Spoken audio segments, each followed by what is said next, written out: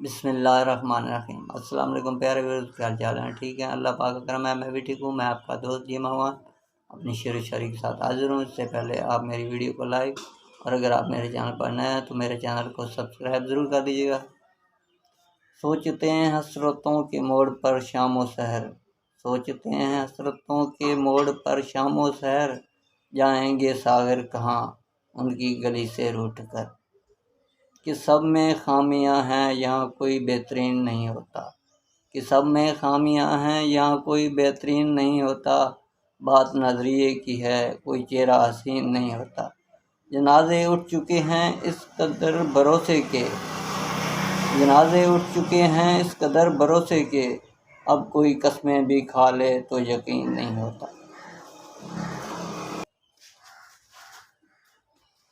वो रूठा रहे मुझसे ये भी मंजूर है लेकिन, वो रूठा रहे ये भी मंजूर है लेकिन, यारो उसे समझाओ मेरा शहर न छोड़े। ऐसा करते हैं एक मुलाकात रख लेते हैं, चाय की प्यालियाँ और कुछ सौगात रख लेते हैं। मैं भी उदास हूँ तुम भी गुमसुम हो जाना, मैं भी उदास हूँ तुम भी गुमसुम हो जाना। महफिल मुशायरा इस रात रख लेते हैं। ज़िंदगी ने हम दोनों को बहुत गम दिए हैं, ज़िंदगी ने हम दोनों को बहुत गम दिए हैं।